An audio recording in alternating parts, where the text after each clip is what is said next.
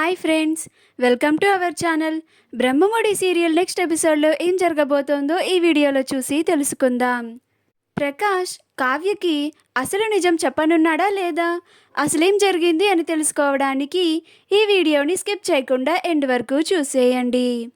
ప్రకాష్ ఇంటికి తిరిగి రాగానే కావ్య ప్రకాష్ని అడ్డుకొని, ఆగండి మావయ్య, మీతో నేను మాట్లాడాలి అని ప్రకాష్ని అసలు నిజం చెప్పమని అడుగుతుంది.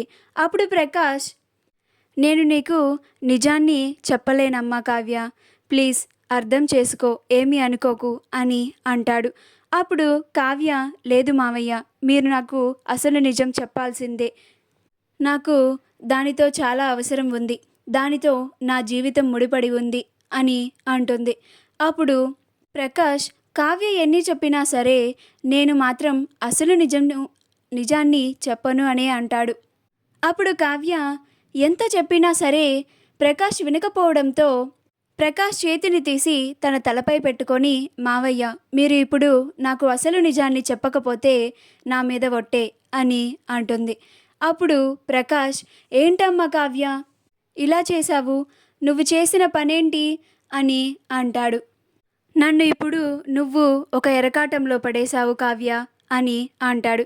రాజేమో ఎవరికి అసలు నిజాన్ని చెప్పద్దు అని నా దగ్గర మాట తీసుకున్నాడు, ఇప్పుడు నువ్వేమో అసలు నిజం చెప్పకపోతే నా మీద ఒట్టే అని ఒట్టు వేయించుకున్నావు, నేనిప్పుడు ఏం చేయాలి, ఇలాంటి కష్టం ఎవరికీ రాకూడదు అని అనుకుంటూ ఉంటాడు.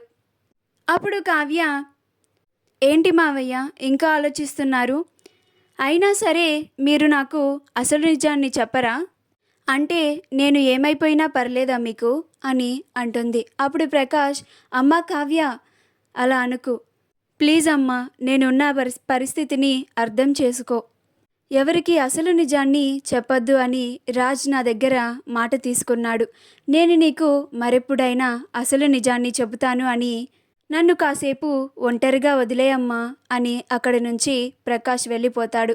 అప్పుడు కావ్య, ఇదేంటి మావయ్య గారు అసలు నిజాన్ని చెబుతారనుకుంటే ఇలా చేశారేంటి అని అనుకుంటూ ఉంటుంది.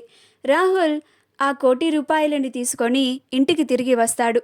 ఇంటికి రాగానే నేరుగా రుద్రాని దగ్గరికి వెళ్ళి, అమ్మ, ఇదిగో ఆస్తి పేపర్స్ని తాకట్టు పెట్టి ₹1,00,00,000 తీసుకొని వచ్చాను, మన ప్లాన్ సక్సెస్ అని అంటాడు.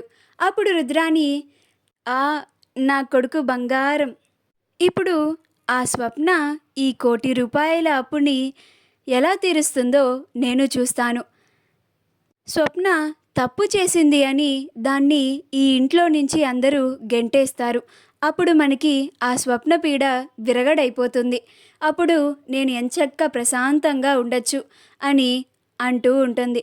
అప్పుడు రాహుల్, అవును మమ్మీ, ఆ స్వప్నని ఈ ఇంట్లోంచి గెంటేస్తే మనకు చాలా ప్రశాంతంగా ఉంటుంది, మన కోరిక నెరవేరబోతోంది మమ్మీ, అది అతి త్వరలోనే అని అంటాడు.